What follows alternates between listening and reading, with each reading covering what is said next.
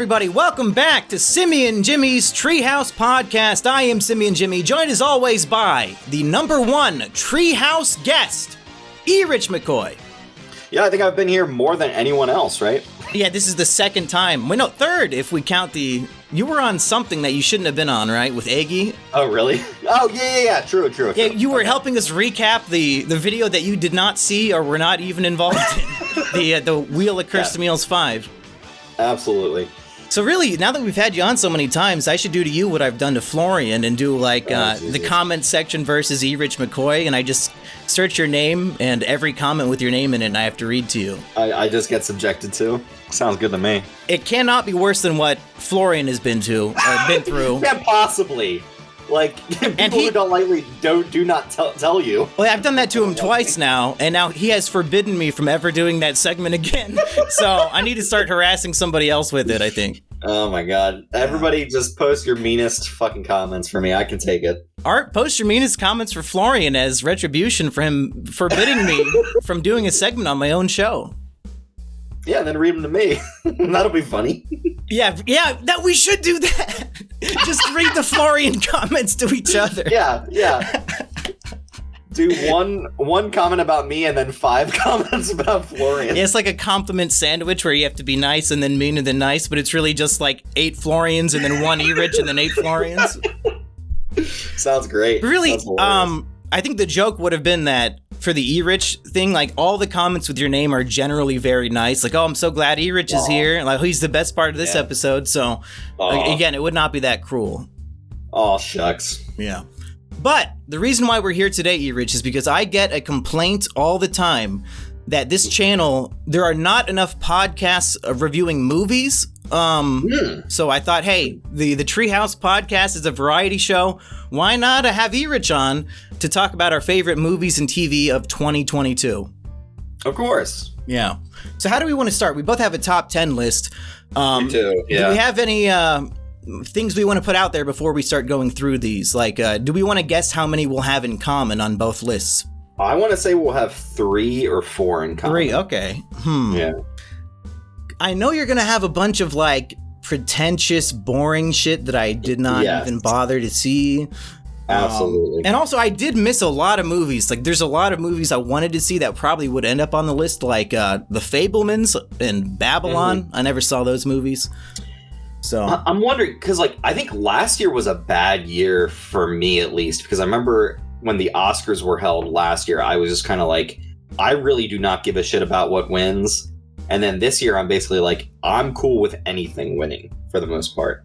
Is that because everything is so good or everything is so equally mediocre that it doesn't even matter? Generally speaking, everything that's up is pretty damn good. Whereas there was a lot of shit that I didn't like last year or didn't see last year. And fucking so when you say last year, are you talking 2021 or 2022? Yeah, the 2021. Okay. I was a little confused. Like, but hold on. What do you mean nothing came out last year? The 2022 year, I liked a lot this okay. past week.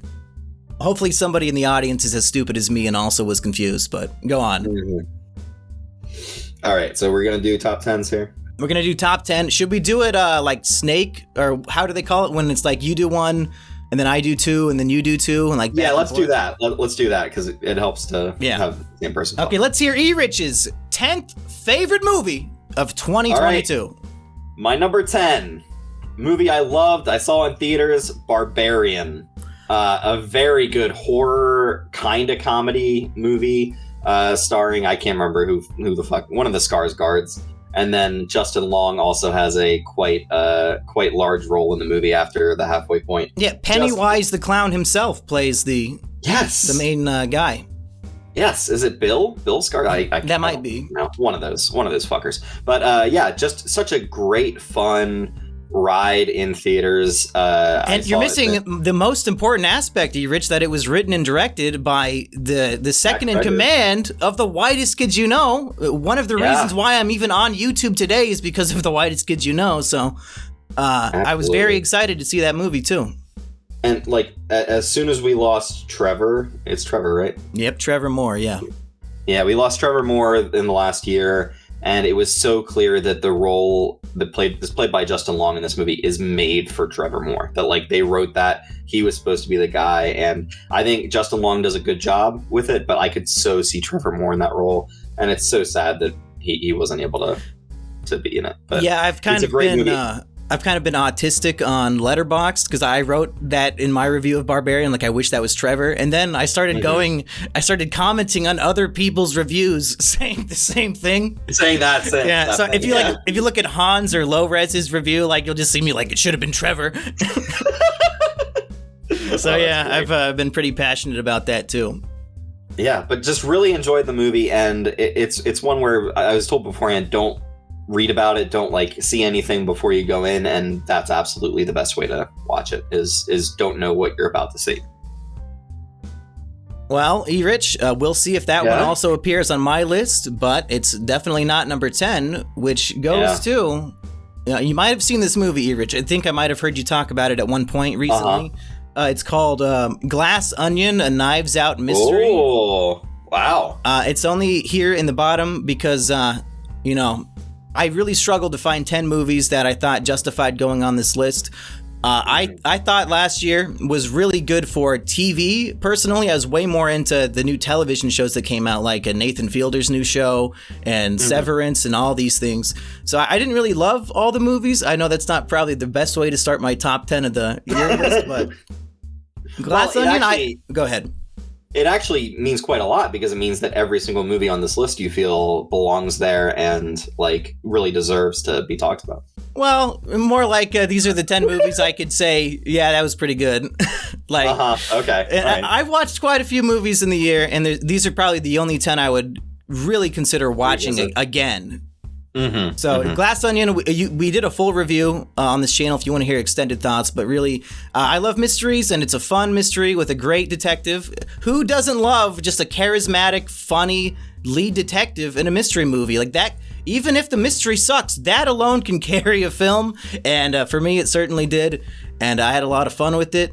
And I think we all generally liked that one, and we even convinced Weekend that he liked it more than he did. Right, we even brought him around, which was, it's wild to hear that in real time, where he comes in at first being like, I didn't like it, and then...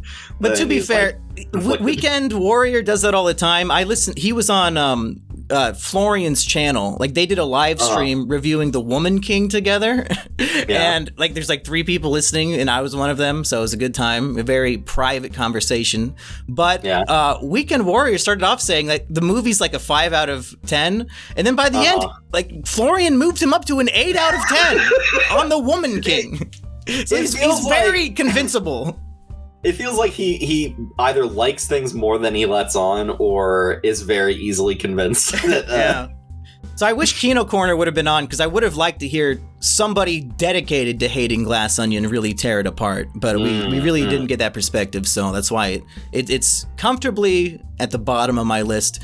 Does that mean I move on to my number 9 now, Erich? Yeah, go ahead and say unless did you have other thoughts on Glass Onion you wanted to put out? Glass Onion, I liked it less than Knives Out, and it's not on your list. Perfectly fine. It is not on my list. Okay. Perfectly fine mystery movie.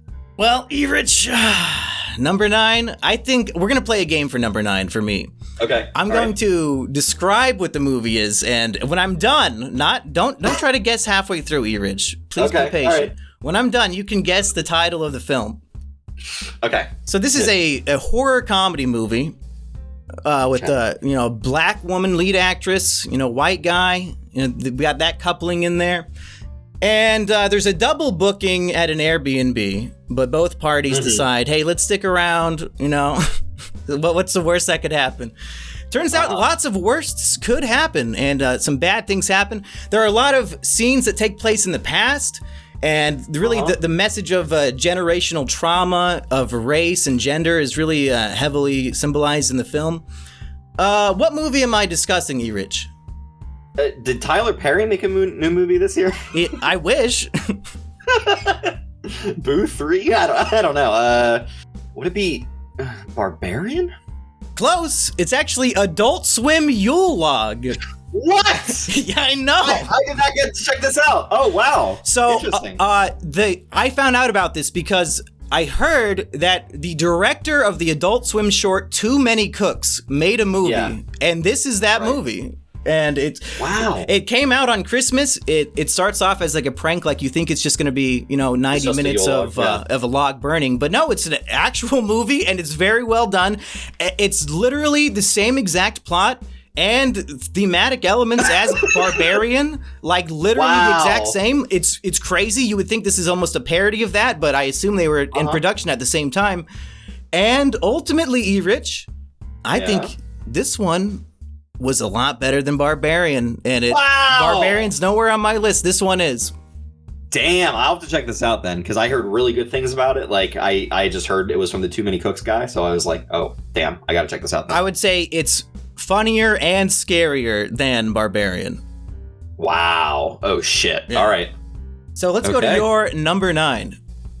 My number 9, there was a lot of talk this year as to whether Avatar still had any purchase in the cultural landscape. And I think the box office of this movie has absolutely silenced all of the critics. My number 9 is Avatar: The Way of Water. Whoa! Monkey, I see you. Oh, Audience, God damn I it. see you. I'm deleting this podcast. No, I had a great time watching this movie, other than the fucking terrible high frame rate bullshit that I saw in my first viewing. But I really struggled with where I was going to put this, because it was higher on my list, and then I thought of a bunch of other movies that I thought were, like, I don't know, better. Like, things I had never seen before. There's a ton that I have never seen before in Avatar 2, but it is largely retreading stuff that the first one laid out. Just, for me, more incisive, better for me, and the 3D just doesn't do anything for me. So, number 9, Avatar: The Way of Water. I expect this to be on your list somewhere, but I don't really know where it might be. Yeah, who could say? Maybe it'll be some like Adult Swim parody of Avatar that I just decide is better and put on my list. But Erich, this is some crazy character development, because on the Is It Kino podcast, before Avatar 2 came out, you were saying, "Oh, I can't wait to be the dissenter on the Avatar podcast. I'm not gonna break kayfabe. I'll be the true villain, and I'll make you hate Avatar." And then Erich, now it's number 9 on your list. What the fuck? Is James Cameron magic? Big Jim came around. He turned me around.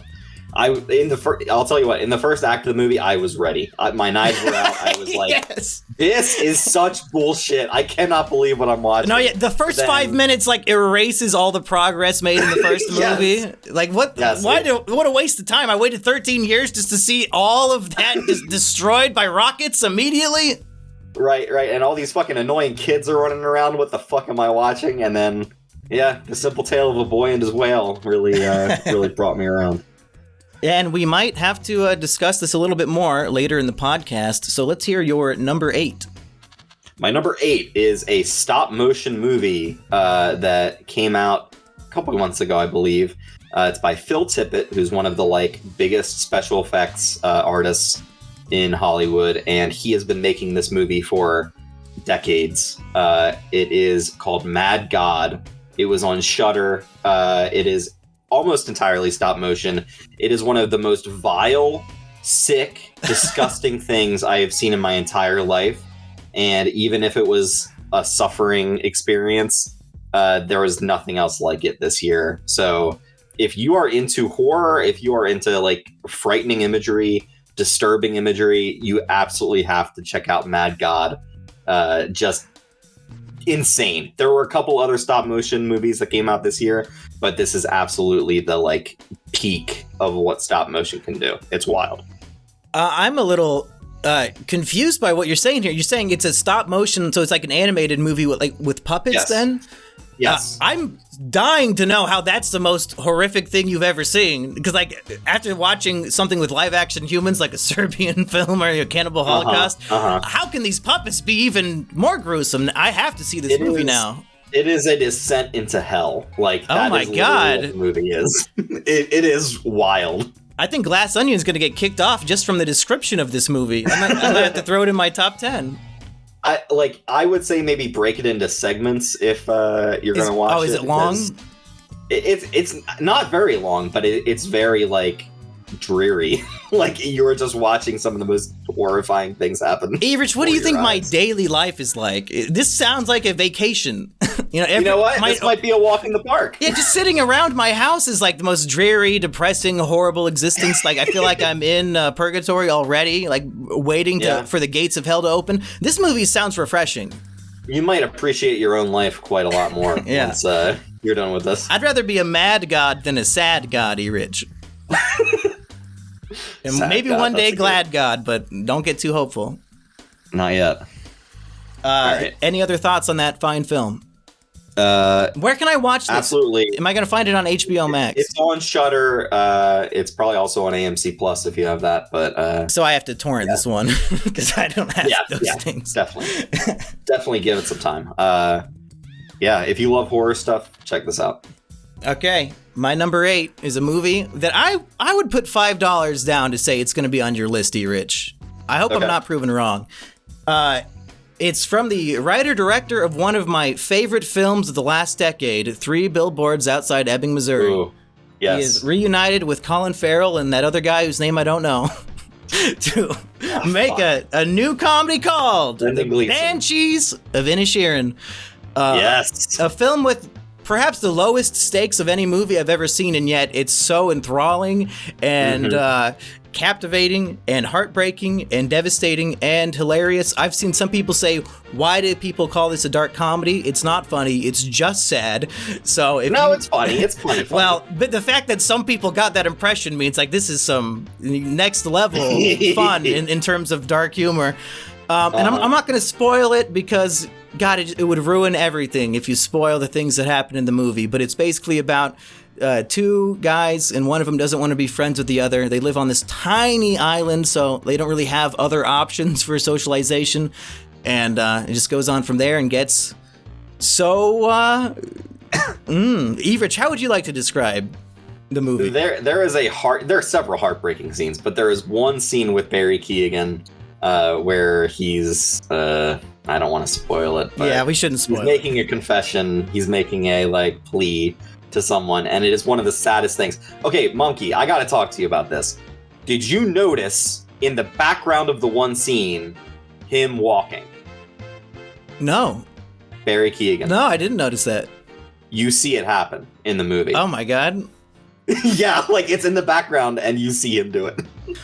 Oh, we should also mention, since we are the Better Call Saul heads around here, that Mike's not daughter-in-law, whatever her name is, the voice of Tony Stark's girl computer.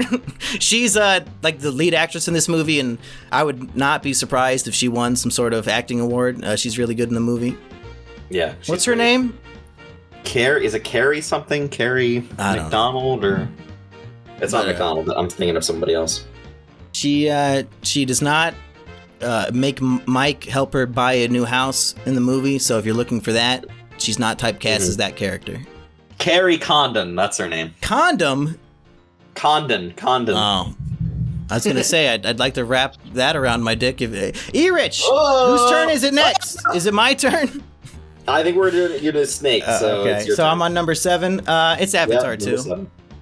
Oh, yes, baby! That's right. Avatar 2, I'd say I like it better than the original Avatar, but I mean, obviously you agree with that because you hated the original Avatar. This movie, you know what? I never gave a fuck about whales, and this movie didn't even have a whale in it. It's a fictional alien monster, but it convinced me, you know what? Whalers here are bad. Chinese people should be killed. Japanese people should be slaughtered. Wow. You know, wait a minute. Because they're whalers. Yeah. Any culture that is okay with this shit. I'm surprised this movie's doing well internationally because the main message is you Asian people need to be fucking obliterated off my planet. So I don't know what, if you're a whaler family and you take your family to go see Avatar 2, how do you feel walking out of the theater? It's got to be a wild ride. You're I can't wait for the third one when the whalers get revenge. That'll be their time to shine. That guy's gonna come back with a robotic arm after he's got ripped off. Man, I hope he comes back in the next one and he loses his other arm. Every movie, there's gonna be, 3 more, so every movie he'll lose a different limb. In the final one, he's just Torso Man. That would rule. I would love it. Avatar 2. Go check it out. It's about to be number 4 highest grossing movie of all time, and Erich will have to buy my ticket to Avatar 3, so look forward to that. Very likely will happen. I think it is about to pass Spider-Man No Way Home. And you want to hear the fucked up part, Erich? When we were making that bet, I did not even look at the list. I randomly picked 4, and Kino, for some reason, picked 5. But if you look at the list, the number 4 movie they're very close. is only 20 million higher than the number 5. Yeah. So like he was leaving himself no room at all to win. Like what a blunder. I do not even feel bad that now he has to buy me a movie ticket, because that was a poor choice, and that's coming from somebody who just guessed. Right. And I way undercalled it. I really wasn't sure what I was thinking at that time, that I thought it wasn't even going to beat number 7 or 8 or whatever I had it at. Well, it's at 7 as we speak, Erich, so maybe right. James Cameron will pull it out of the theaters real quick. But as long as it's not number 1, I'll be happy, because then Florian can't win either. Yeah, Florian was way over. Okay, Erich, what is your 7? Number 7 my number movie? 7. My number 7 is a foreign film. It is very long, so before you go into it, really just pace yourself for it. It is an Indian film called RRR, which stands for Rise, Roar, Revolt. This is one of the craziest things I've seen this year. If you want a movie that is like 90% bromance between two huge Indian guys who just sing and dance and kill a bunch of fucking British people together, then RRR is the movie for you. At one point, they let a giant cage full of CGI animals out and let them maul a bunch of fucking British people. At one point, one guy rides on the other guy's shoulders, and he is toting 2 guns, and he is just like shooting a bunch of people all at once. It is some of the craziest action. It's like exactly what you think of from like a Bollywood movie, but it's got really decent production values overall, some great dance sequences, and even though the end gets very nationalistic and jingoistic, and it seems like if this were an American movie, I might not be able to to like it, because like they're showing all of these nationalistic Indian heroes, and Gandhi is not one of them. So that just gives you a little taste of what this movie is. What do they have against Gandhi? Just because he likes peace and the movie's violent as fuck? There's a lot of like very heavily nationalistic, partially racist things that the Indian state would love to do. Kick out all the Muslims, for example, that Gandhi was not for. So yeah, there's a bunch of that at the very end of the movie. But great dance sequences, great action. Don't know much about the story and how it's representing these real life historical figures, but it is a fucking ride. So would definitely recommend RRR. Well, Erich, I have a story time confession to make here in regards to RRR. No. My dear friend Eggman Rodriguez was visiting my home, and this movie came out, and I heard great things about it. I put it on so we could watch it. Unfortunately, Erich, when in Rome, you do as the Romans do, and when in Eggy's presence, you day drink and get drunk all day and all night. So and that was back before he got sober. So this is a different time in Eggy's life. So we got about an hour into this 3-hour movie, and I gotta say, what I saw, fucking loved it. There's like one of the opening scenes is like one man fighting a crowd of 10,000 people. Fucking crowd, and he wins. And it's believable. No sense, but it's amazing. It's believable to me, and it's fucking amazing. The problem is, after about an hour, Eggy fell asleep, and I paused it because I didn't want to finish it without him. And then we just didn't finish it, and I haven't finished it since. But what I saw was great, and I will finish it one day. It only gets crazier as it goes along, and I don't know. There's a couple of things in there that I'm just like, I will never forget this. I will never forget watching this craziness unfold. Actually, the same thing that you just said happened for RRR happened for me with Lightyear. You don't need to finish that. That I don't plan on finishing it. The movie talked me out of watching the rest of it just by watching the first hour or so. So what was so bad about it? It's a very like dumb, realistic, quote unquote Buzz Lightyear movie. It doesn't even. You were mad that Tim Allen got replaced because you really agree with his politics and I was a real big booster for the Santa Clauses TV show. That show's doing gangbusters on Disney Plus. It's doing really well. Man, yeah, I did not know, but yeah, like it's just really boring. It's kind of like fucking Interstellar in a way, but it's in a bad way. I would say it would have to be in a bad way because Interstellar is one of my favorite movies. Interstellar fucking rules. Do not mince words there. But yeah, it's just very boring and very rote sci-fi bullshit from the last 20 years. So yeah. David Bowie's estate should have his song removed from the film because it's bad for his legacy. It really is. Yeah, not all the pedo stuff. What's your next film? That's called Rock and Roll Monkey. Yeah. I don't know any accusations against David Bowie. I'm just assuming he's had some. They're absolutely have. Yeah, I'm sure. All right. Number 6 for my top 10. It is a movie that came out that I thought was going to be about aliens and alien invasions, but it was mostly about a monkey going insane. Oh, fuck off, Erich. Come on. On a film set. God damn it. My number 6 is Nope. Jordan Peele's movie. Hey, ask me if this movie's on my list. Is it? Nope. Ah! How did I not see that coming? Yeah, good question. I thought coming out of this movie it was just good, but then I have like sat and thought about it and really like it stirred a lot of like thoughts in me. It really reminds me of Jaws in a lot of ways, which is one of my favorite movies of all time. So any movie that emulates that successfully is really good in my books. But I think it has a lot to say about movie making and how we exploit people and animals and like all of these things in making these movies and making this entertainment. And in a lot of ways that movies in the last year or so, there's a lot of directors that have been like, oh, the magic of cinema, the movie making process. Babylon was about that. There's a movie called Empire of Light that's like that. And I'm tired of fucking directors making movies about movies. I just want a movie that is like something, like chasing a giant alien ship around. And this movie successfully did that. It was both about the process of movie making, but also gave me a badass chase after a UFO. So for me, it was a complete success, and it's only grown in my estimation since I saw it. Well, I might not agree, but I certainly respect the choice, Erich. You are a braver man than I.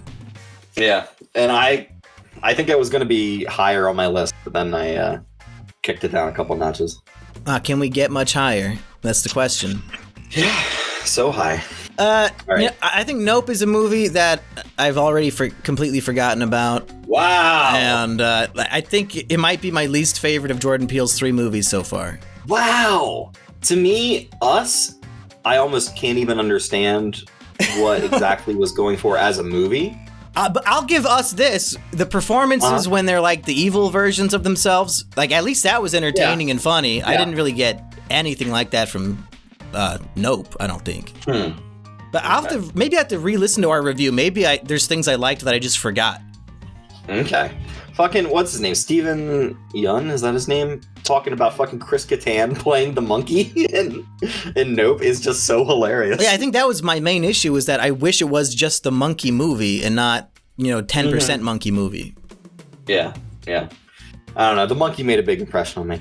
Yeah, I wish it would have been the star, is my issue. I kind of hated the alien stuff, but that's fine. You wanted the Gordy's Home movie. Wouldn't that be better? Would that not be like a movie about an actor monkey who snaps and kills everybody? Like that would legitimately be a great film. That really is enough to make a whole movie about. I do agree. Yeah. Do it better than Shakma. Whose turn is it next? Shakma is a movie that they reviewed on Best of the Worst about Oh, okay. Like they just like the filmmakers just like threw a monkey into like a laboratory and filmed it like walking in the hallways and then tried to make it a horror movie, like just throwing in random footage of a monkey walking around. What the They're like, oh no, the killer monkey's gonna kill us, and it just shows him like hopping in the hallway. Oh, and it's just like voiceover. They were just like, oh, put some voiceover over this monkey doing this stuff. Oh yeah, it's just terrible. Yeah. I'm on number 6 now, right? Yes. Okay. Oh boy, here we go. A movie that I've been waiting my whole life to see. For my very first concert, my inspiration as a young child to do something funny, and now this man has made a film about his own life story, and that is Weird, the Al Yankovic story. Wow, this is your number 6? Number 6, yeah.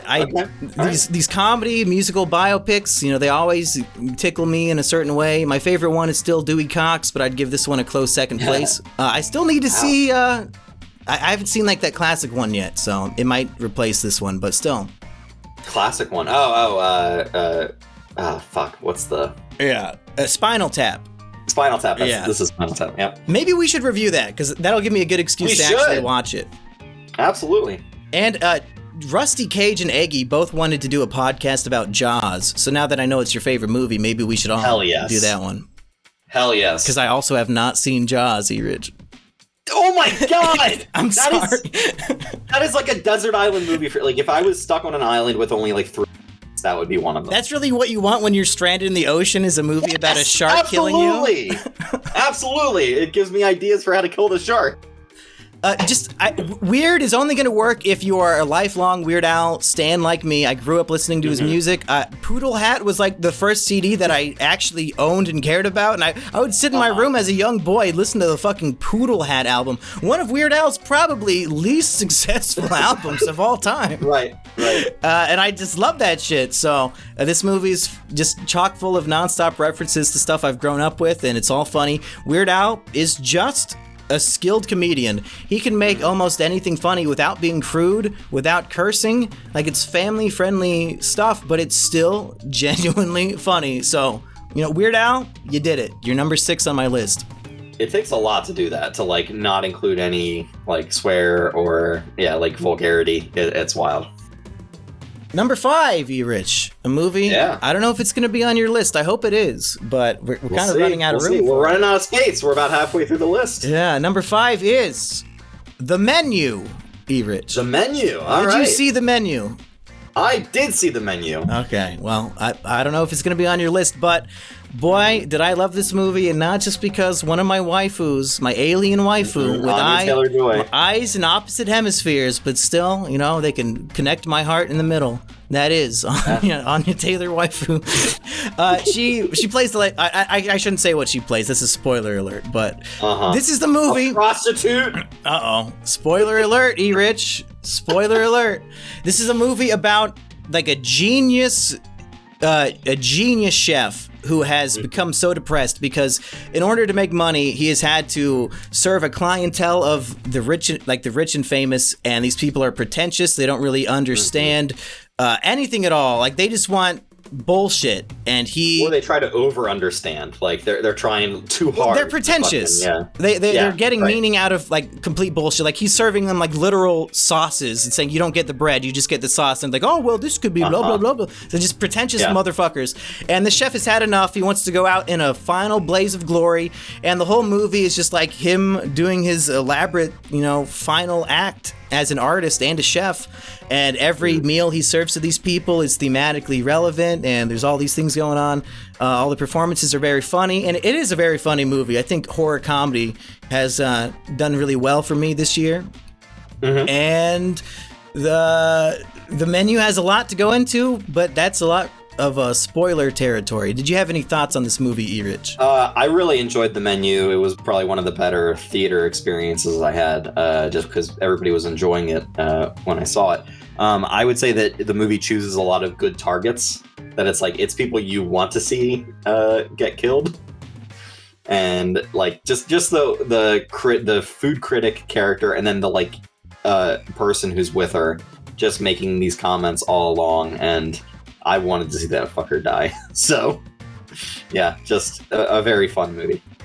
And I am going to say one spoiler thing, because I just really love this part of the movie. The chef makes it clear at no point will these rich bastards be served bread at any point in the night, because that's food of the peasants, so they don't deserve it. That's the people's food. And eventually one character does get to eat bread in a roundabout way, and I really enjoyed that. Yeah. Great movie. I really loved the little meal descriptions as the movie was going on, that they would show you what he was serving you. Yeah, it was great. All right, Erich, what do you have as your number 5? All right, my number 5. Where the fuck did it go? There we go. My number 5 is a little movie by a little-known director. His name is Steven Spielberg. It's called The Fabelmans. The Terminal came out this year? God, I actually saw The Terminal like last year. I thought that was... Erich, I'll have you know, I love The Terminal, and I've seen it like 6 times. Wow! Holy shit! I like Tom Hanks, and I like his terrible, like, Mr. Bean-esque fucking character. Terrible accent. It's terrible. God. All right, that says a lot about you, I think. I mean, I don't think it's his best movie, but I've seen it many times. You like it a lot. All right, fair enough. So I was desperately afraid to watch this movie before we started, because this is all this shit that I hate, is that a director making a movie about his own fucking childhood, like, about the magic of what would he know about it? Yeah, right. This fucking guy. But just like, I don't need to know how great movies are. I am sitting in a theater watching a movie. You don't have to fucking tell me. Like, I am the audience. I am here for it. So I was really not in the bag for it. But what I ended up getting out of it is incredibly dark. Oh. It's incredibly self-analytical. What he breaks down in the movie is really not about cinema. It's not about the beauty of art. It is about how you manipulate people with the power of the movies. Near the end of the movie, he is realizing that his mother has cheated on her, or mostly cheated on his father with Seth Rogen, which is hilarious because Seth Rogen, sitting there. And that might be the worst cuckening I can imagine is Seth Rogen, fucking Santa Inc. himself. He actually does a good job in the movie. He's clearly Seth Rogen, but it's not so over the top. Does he know he was only cast because he's Jewish? I'm not sure. Oh, well, somebody let him know. I don't know, but it is so very honest about how he I really think Steven Spielberg is watching this movie. You think he's what? You cut out. He's authentic? Autistic. Oh, autistic? Oh my God, what? Yes. Because during the movie, you realize he can only really understand things through the lens of movies. While you're watching this movie, he is watching his parents have a fight. And while he's watching his parents have a fight, inside his own mind, he is filming what is the best angle to shoot them having a fight. Oh my God. It is so wild. And then the last scene of the movie is David Lynch playing John Ford. And for me, at least, has one of the most satisfying, hilarious endings of all time. So even better than the ending of Once Upon a Time in Hollywood. Yes. No way! You're full of shit. There's no way a better ending than that movie. Once Upon a Time in Hollywood doesn't have David Lynch coming in the last fucking scene of the movie. It has 10 minutes of Brad Pitt beating women to death. I don't know. David Lynch, I mean, go watch the Cleveland Show if you want to see David Lynch, Erich. Yeah, he's not playing. He's all over. Now. He's playing himself. Yeah. All right. So yeah, I just really enjoyed this movie. Yeah, that's one I've been dying to see because the whole reason you and me do a movie podcast is because we listen to the Flophouse podcast, and those hosts all had it in their top 3. So I've been dying to see it, and I just have not seen it yet. Yeah, I definitely take a chance to check it out. Paul Dano is great. The kid who plays young classic Spielberg Dano. Is great. Judd Hirsch, classic Paul Dano. Judd Hirsch is in it for 2 scenes, and he's fucking amazing. And then Michelle Williams plays his mom, and just across the board, great performances. For a movie that I was so trepidatious about, it turned out amazing. So definitely would recommend The Fabelmans. All right, what is your number 4? My number 4 was, I think, your number 8? I don't remember. Banshees. The Banshees in Inisherin. Yes. I fucking love this movie. God damn it. Made me so goddamn sad. I fucking love a movie that makes me sad. Erich, I have to imagine if we lived on a small island, this would be the story of us, with me as Colin Farrell. How do I put this, monkey? I don't want to be friends with you anymore. Yeah, well, you're going to have to really dedicate to that if you want to prove it, because if there's some sort of physical way you can permanently prove that you don't want to be my friend, and hopefully my donkey has nothing to do with it. Oh, that poor donkey, Jenny. Yeah. I love Jenny. God damn. I watched the Golden Globes, and this movie won for, like, best acting and best directing or something. But Colin Firth in his speech, he kept talking about the donkey and like how sad he is for the donkey. Yeah, just Colin Farrell is so... Oh, did I say Colin Firth? My bad. Colin Farrell. Yeah, my bad. Yeah, Colin Farrell is just so great. I think he's getting better as he ages. He was also the fucking Penguin earlier this year, which is also a hilarious performance. But yeah, just everyone nails it. When, what's his name? Martin McDonagh is in his zen zone, which is Ireland. He fucking rolls. So this is as good as in Bruges for me. So I do have to revisit Three Billboards because I liked that movie quite a lot. I know you loved it. Oh, it's one I've seen like 20 times, unfortunately. Wow, a lot of people have really soured on it, but I still really What the hell? What is there to sour on? They don't like Sam Rockwell. I don't get it. What? No! That's the movie where I fell in love with the man. Yeah. Oh my god. Yeah, people are fucking dumb. That's what I know. Hey, speaking of dumb people, let's move to my number 4. Because this is a movie that features quite a few of them. It is. And Erich, you might be shocked that this is not only on my list, but number 4. Oh shit. A little action film that might feature a man who once beat women to death for 10 minutes at the end of Once Upon a Time in Hollywood. That's right, it's Bullet Train, Erich. Oh, Bullet Train. Bullet Train. You know what I like? Is your number 4? I like an original movie that's not a sequel. It's not part of a big franchise. It's an original film. I don't care if it's based off of a fucking comic book that nobody's read, okay? Don't give me that shit. It's an original fun movie with fun characters, and they're doing a bunch of crazy shit, and I was in the theater and I had a great time. That's the whole point of movies for me.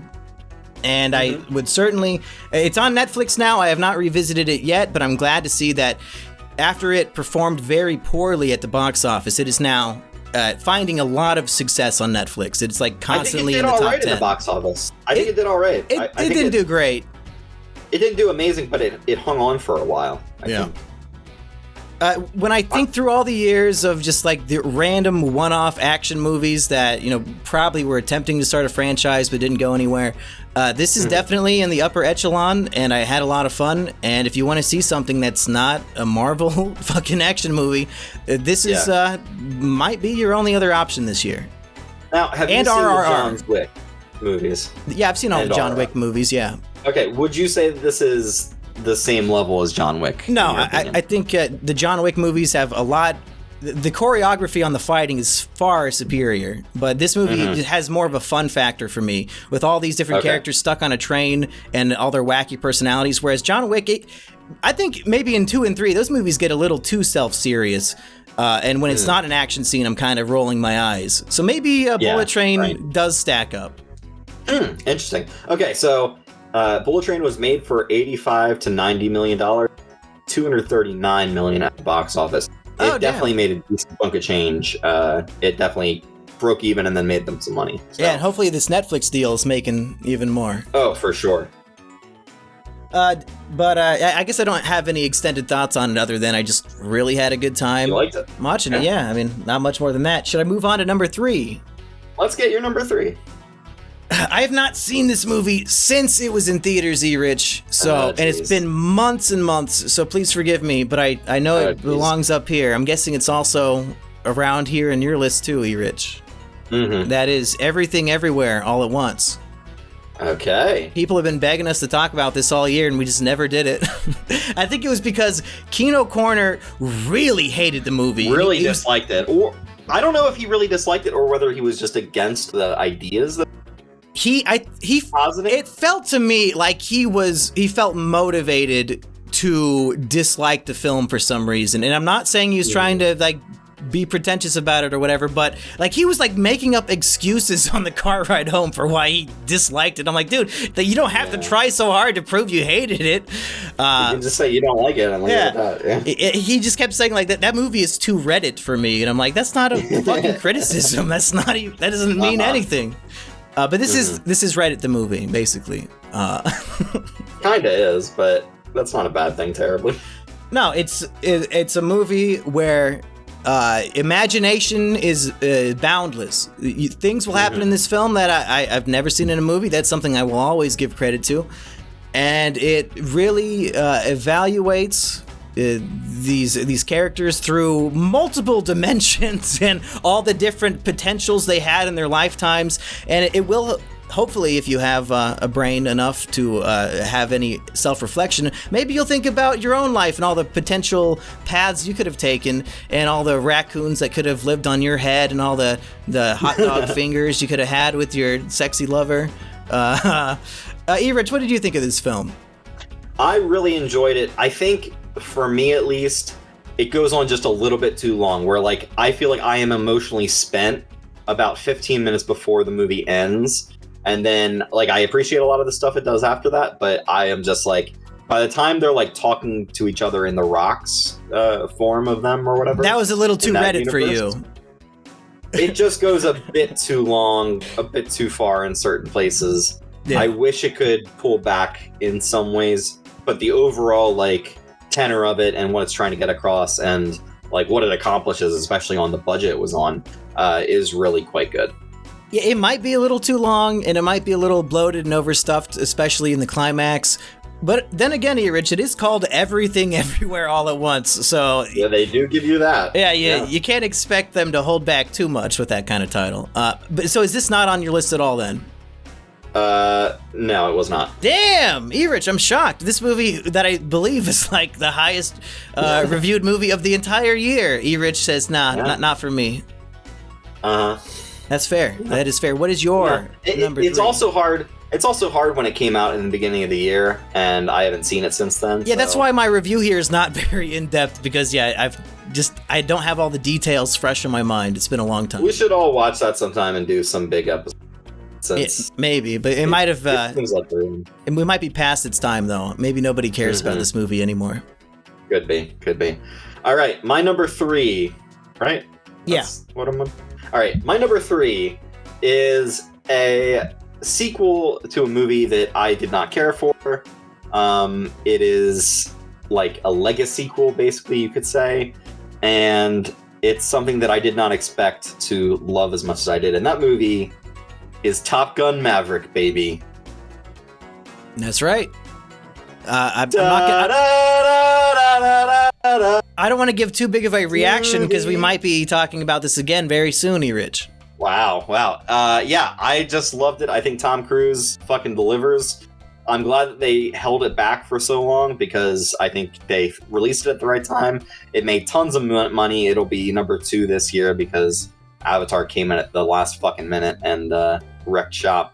But just a great fucking movie. Just a great time at the movies. I saw it 2 or 3 times in the movie theaters, and both times the audience fucking loved it.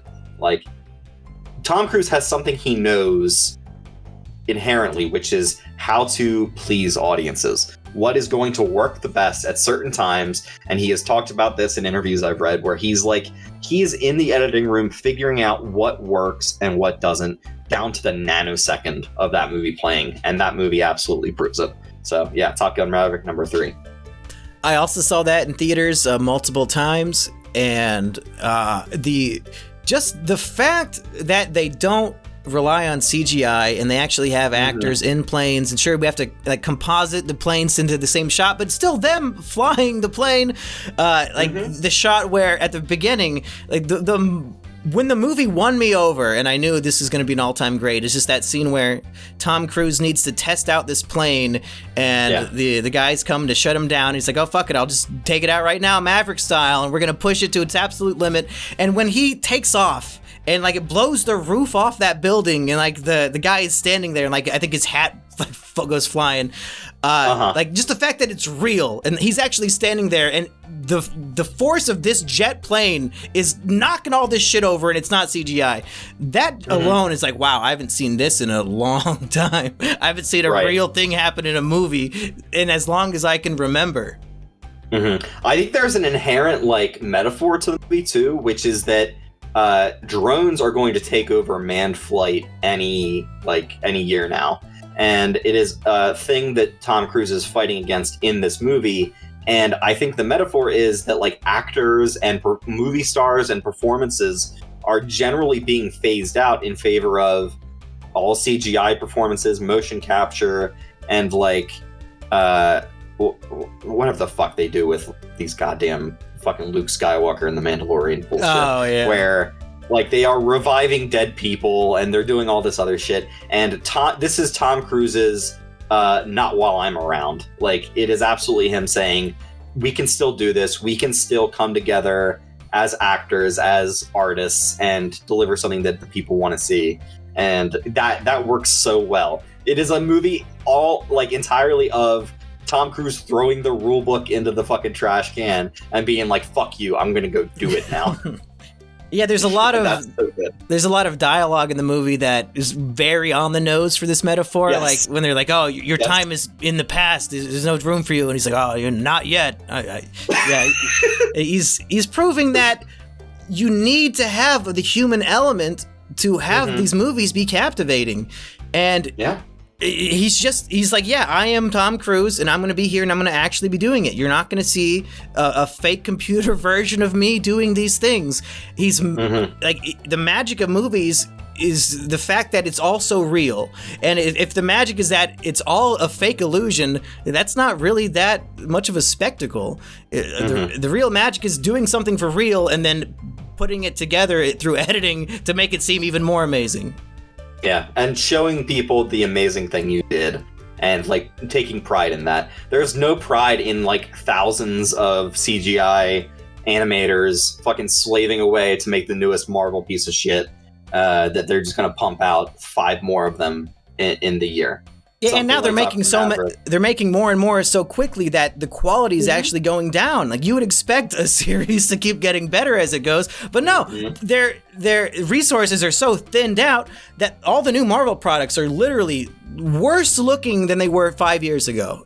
Yeah, Marvel cannot stop releasing things because their pipeline means that you need to have 3 or 4 more things out so they can keep fucking making shit. Tom Cruise was like, it's a pandemic. We have to let people feel like they can come back to the theaters again. And he held the movie for like a year and a half. Oh, yeah. I think from being released. So he knows what quality is. He knows that people are going to come out and see something that is good. And that's exactly what happened. And he took a huge gamble. He could have said, okay, this is a pandemic. It's like we can't release a movie for years. Let's just throw it on Paramount Plus. Fuck it. Right. Put it on streaming. No, he waited years and now it's the #1 domestic film of the year. Like a huge fucking box office bonanza. One of the highest grossing movies of all time. Tom Cruise, he might be a gambler, but fuck, he knew what he was doing. He killed it.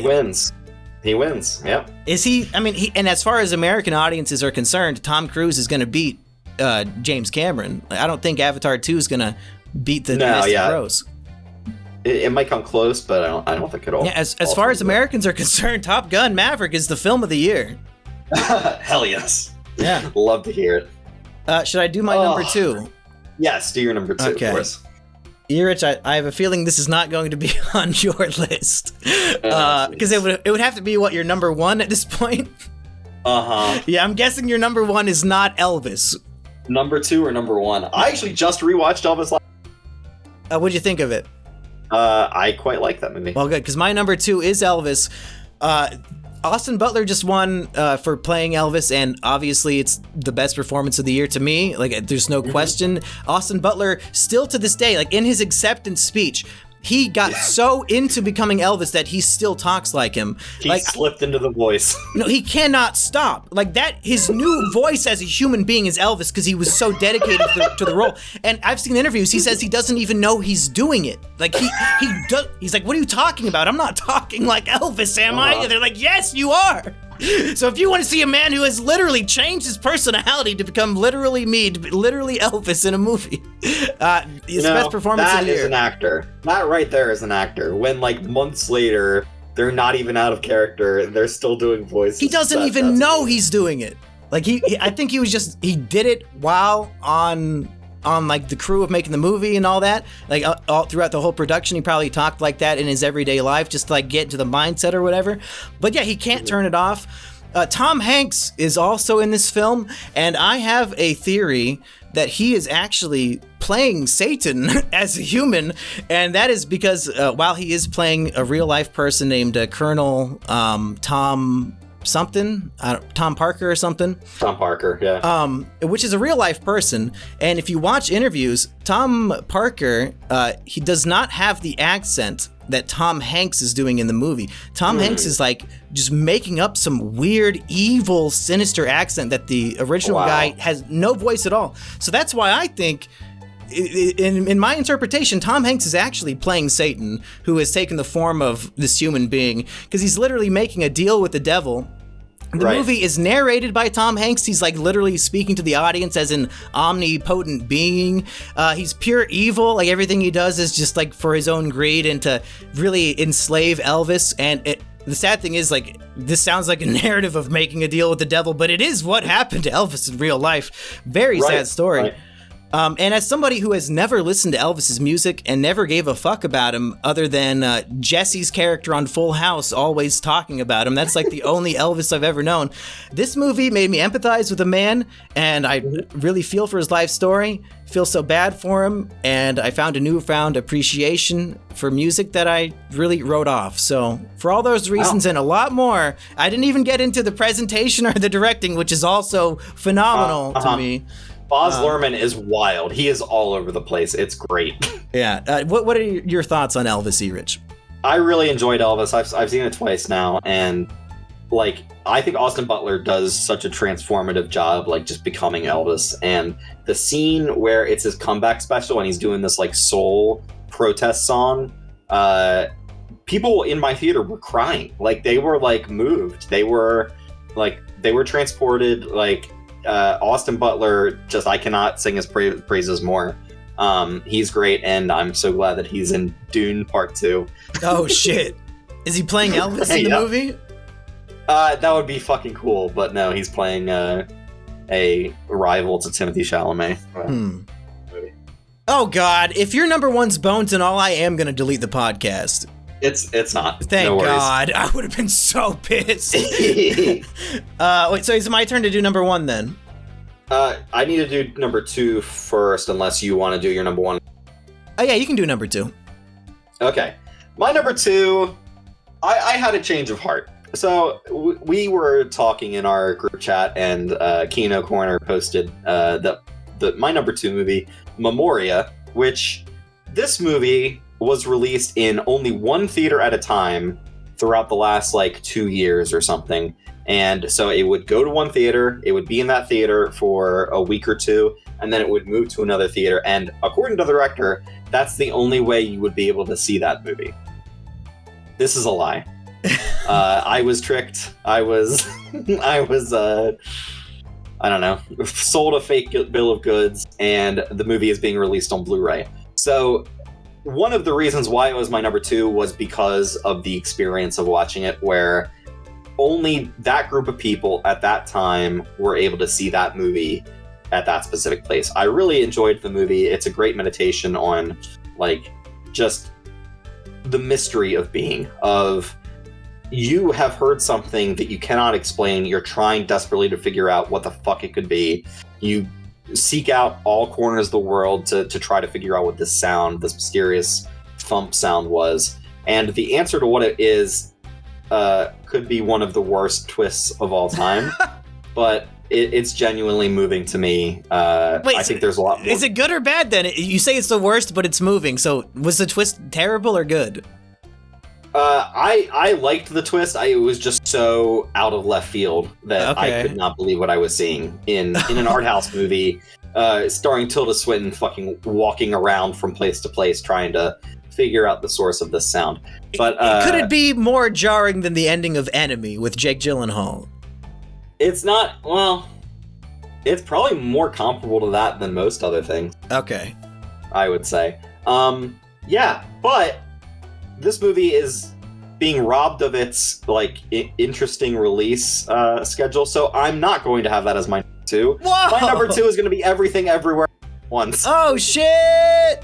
Yes. Speaking of Memoria lying about its release strategy, it kind of reminds me of maybe philosophically you agree with the Naruto character Daidara that art is an explosion, and it is an explosion. You wanted to experience Memoria as an explosion in the theater, and now they're saying actually we balled up this explosion, and everybody can have their own fire at home now. Yeah, it's bullshit. Yes. I fucking hate Daidara. It sounds like you agree with him about art, that you should enjoy it, and then it should be destroyed. I agree with him in that way. I just find him so goddamn annoying. All right, so Everything Everywhere All at Once. Obviously, Michelle Yeoh is an incredibly talented actor. She's a great martial artist. She's a great dramatic actor who's been kind of like left to wither throughout the last couple years and has not properly been like used, and she is just playing so many goddamn roles in this movie. The same with I don't know, K Hyung, whatever the fuck his name is. Short Round. It's fucking Short Round from Indiana Jones. Do you think he would like you calling him Short Round still?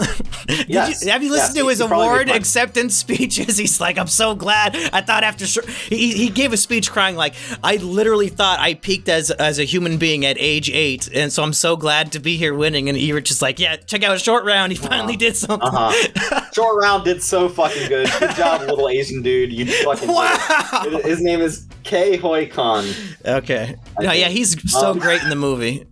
He is so great. And like I love the multiversal aspect of this where they are playing different versions of themselves. And there's one section that is like in the mood for love, and K Hoi Kwan has to be this romantic hero guy. And he plays every single goddamn thing so goddamn well. The woman in this who plays what's her fucking name? Her weird Palaki or whatever. The woman from Halloween, Jamie Lee Curtis.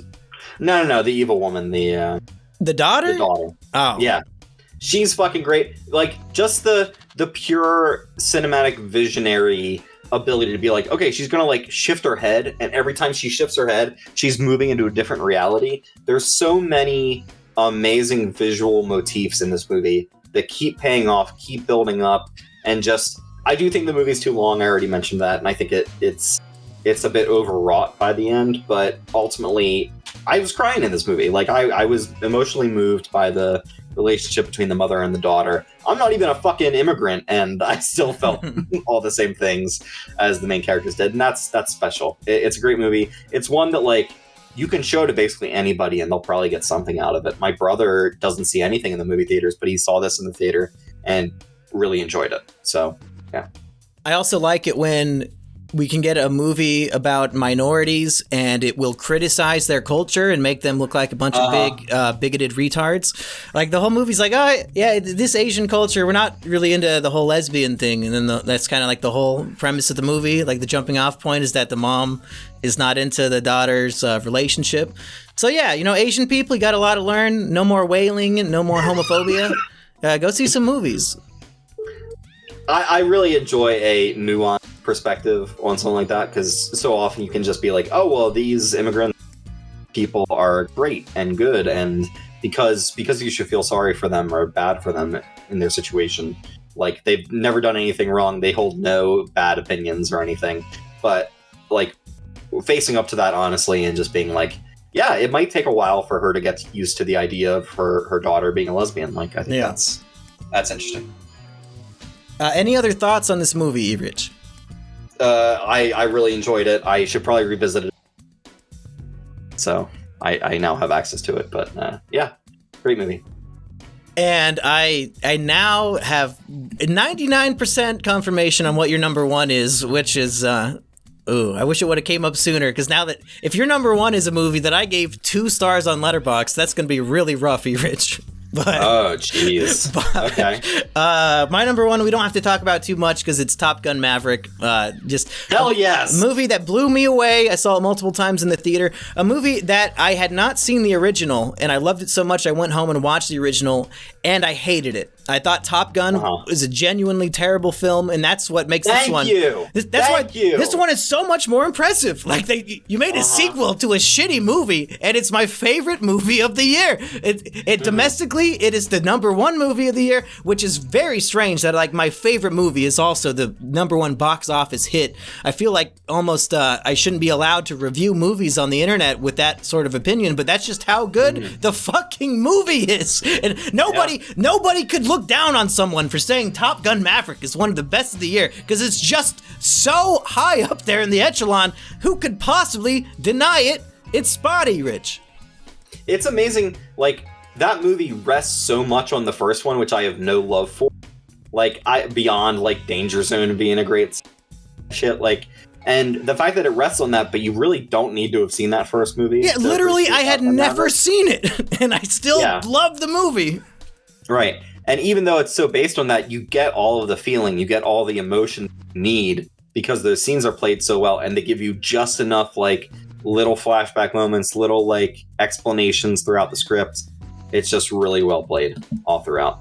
And our review of this movie, for some reason, was, like, the lowest viewed episode of Is It Kino of the year. So I don't know if you guys... no. Yeah, that's weird. Like, how does that work out that we'll review something that nobody has ever seen and it'll do better than, like, the biggest movie of the year? I feel like people should be listening to reviews of things that they've seen. So it's just weird that the most viewed thing is not getting listened to. But if you want to hear our extended thoughts on that movie, we do have a review of it up on the channel. Was that the episode I had not seen the movie yet? It might be. I don't remember. It's been a little bit. I had faith that Tom would deliver it.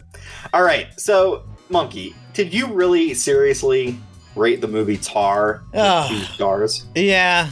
Let's hear about Tar. You fucker. Let's hear about it. Well, to be fair, Erich, I'm the only person I've ever seen have this opinion, and every single other person, other than the people I saw the movie with, loved the movie.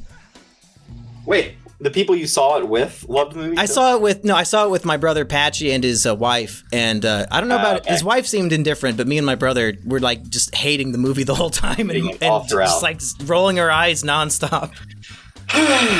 But please, no, I don't want to yuck your yum. I want to hear about this. All right. Tar is a movie that is about cancel culture. It is about how far a person can get in their personal greatness while also stepping on other people to achieve their greatness, and how long they can get with that system, and then how do you reset afterwards. It's such a fucking phenomenal movie. There's like weird spiritual ghost shit happening occasionally that I don't even know how to explain that or what's going on there. It is a movie that starts with the bottom credits and eventually leads up to the credits you would normally get first, which I think tells you what the movie is about, which is that all of the great people that we know have either stepped on or used or otherwise not been nice to all of the people that actually make their success possible. The movie starts with a huge fucking talk, like, I don't know, it's not a TED Talk, it's an interview on a fucking radio show or something, and it is someone who's incredibly knowledgeable about what she's talking about. So even just from that point of view, you can kind of like get in with it and understand what the movie's trying to say to you. But it is also like so self-aggrandizing, and so like it's one person. That's the person you're here to see. It's them talking about other great people, and the entire thing is that they are in the same league as all of those dead people. I just thought that I've never seen a movie do stuff like what this movie does. It doesn't give everything away to you. There's sequences where you're just entirely from the point of view of a camera watching her do something or say something, and you don't really know what that's for or what's happening. And then finally, the ending of this movie is so gobsmackingly hilarious that I could not believe what I was seeing. I don't want to give it away, but it's just so fucking hilarious. Amazing. I will jump in with some accolades, Erich. That's right. I'm not a negative Nancy all the time, Erich. I will say. Okay. Kate Blanchett, that's the actress's name, right? It is. I would be shocked if she doesn't win the Best Actress of the Year. Like, it's just an impressive performance. The fact that she can memorize so many big words and use them in sequence. Like, most of the movie, she's eloquently speaking about things, and I have no clue what the fuck she's saying.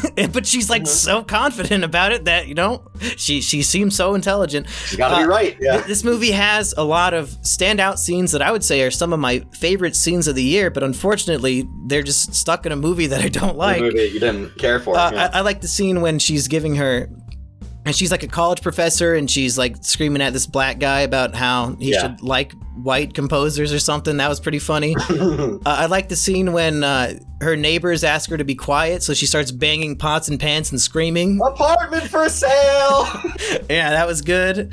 There's a few, fun standout scenes, but ultimately, it really is the story of what Lydia Tarr, and you have to watch this woman's daily life for almost 3 hours. And like, if after the 10th scene of her just jogging, I was like, oh my God, please stop. I get it.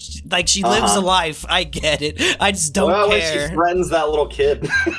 Yeah, it's too much. I just didn't care. I can't really justify my hatred other than it just didn't connect with me on any level. It's fine. It's fine for someone not to work with you. What is hilarious to me is I had one of the worst fucking theatrical experiences watching this movie, because the guy seated above me was just literally recapping every single scene as soon as it happened. What to who? Are they blind? The person next to him. I don't know. And it was driving me insane. So I was still able to enjoy this movie, and it's still my favorite movie of the year, despite that. Well, maybe did you like the ending of this movie? So I did not even comprehend what the ending was, and then when I read the synopsis, I was like, "Oh, that's why those people look like that." Yeah, we're all looking like that. Yeah, I was like, "What the fuck is this shit?" I didn't think it was funny. I was just baffled. Wow. Okay. But I didn't get it, so maybe I must have missed when they explained what she was doing. Mm-hmm. They're not very circumspect about it, just because the last shot is supposed to kind of blow you away. Yeah. Yeah, in the theater, I legitimately did not get it. I immediately spoiled to my brother because he is a fan of the thing, and I just thought that telling somebody that this huge art movie that would probably get all these awards ended like that. So number one movie of the year, Erich. That's, I think Kino Corner might agree with you, because he loved that movie as well. Yep. I fucking Kate Blanchett obviously should win best actress. Yeah, I can't even deny that. Like, I agree with you. Is the best performance in the most underwhelming movie for me.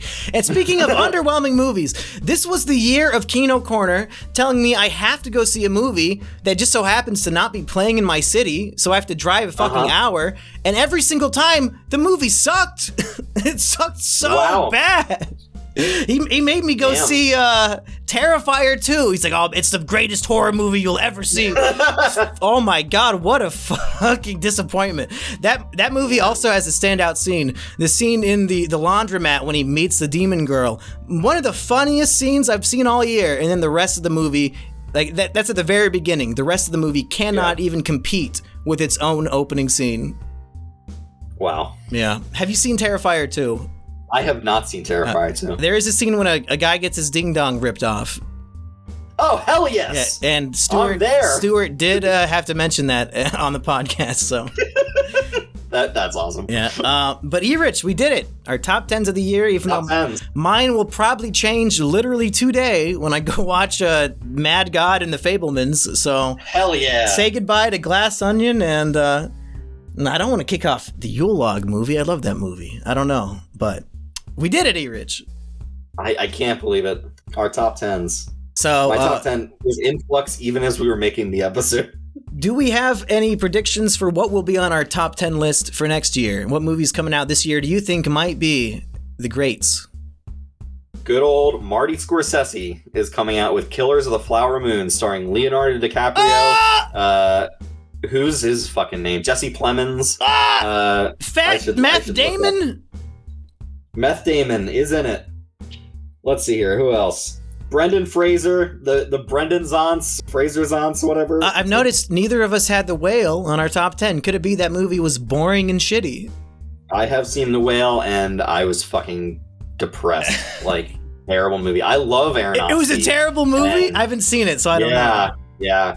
Just so overwrought and so fucking, oh, God. Was Brendan at least good, or was it just... Brendan was really good, but it's just in a story I don't care about. Like, it's such a boring fucking family... Like, that's really all the movie is. It is a family drama, and it's also fucking, look at how fat Brendan Fraser is. Well, I mean, so it sounds like half of a good movie. Yeah. Ant-Man and the Wasp, Quantumania comes out next month. I bet that'll be in my top 5. Wow, really? No, I have no faith in that movie. Okay, good. Are you kidding me? Good. Okay, all right. I have no faith in fucking Ant-Man movie. What are you talking about? The movie looks awful. It was made during the pandemic, so they're just standing in front of screens the entire time. No, it looks identical to Spy Kids 3D, Erich. Like, literally identical to a movie that came out, I think, in 2005. Yeah. It's rough. How did we get here? That's fucking Ant-Man, dude. He's going Quantumania. We are going to review that next month, so be prepared. Yeah. It might be good. Kang is in it. I liked Kang in the Loki show. Maybe he'll be good. We'll see. Yeah. What else is coming out this year? Fuck, what else? Beau is Afraid, the movie. Did you see the trailer for this? I'm going to not watch the trailer. I just want to go see the movie. Okay. Good instinct. When I hear that Ari Aster and Joaquin Phoenix are making a horror movie, of course I'm going to go see it. Mm-hmm. That's who's doing it, right? Yes. Right. Okay. We've got Avatar 3 coming out next year. Yeah. We just gotta wait 2 more years. Just 2 more years. Guardians of the Galaxy Part 3. Okay. Yeah, I'm sure it'll be good. Yeah, I think James Wan's movies are good, and it'll be good enough. Do you plan on seeing Plane at any time?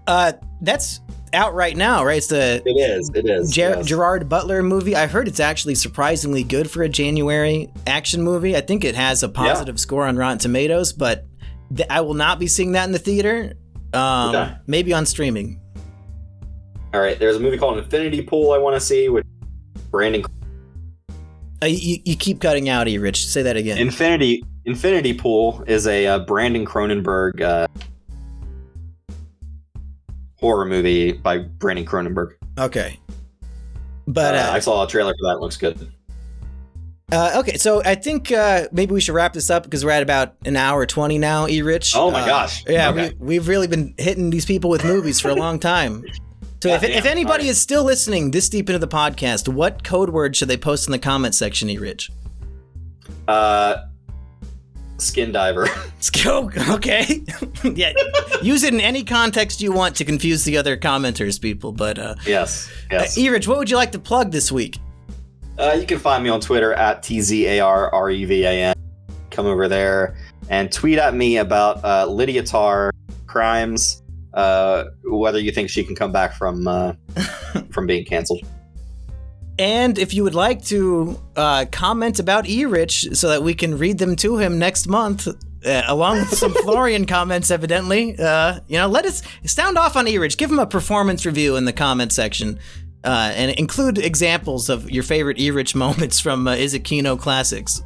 Yeah, let me know what I need to do to improve. Yeah, because we need to make sure on the tier list of co-hosts that you stay above Florian and Kino and all them. So, I really don't care where I am in relation to Kino Corner, but if I'm fucking below Florian, I need to fucking shape up and fly right. The thing is, on my tier list, Florian is above Kino, so you have to be above both of them.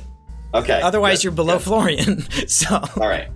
But for the Treehouse, whatever the fuck this show is, I've been Simian Jimmy. I'm Erich. Bye, everybody.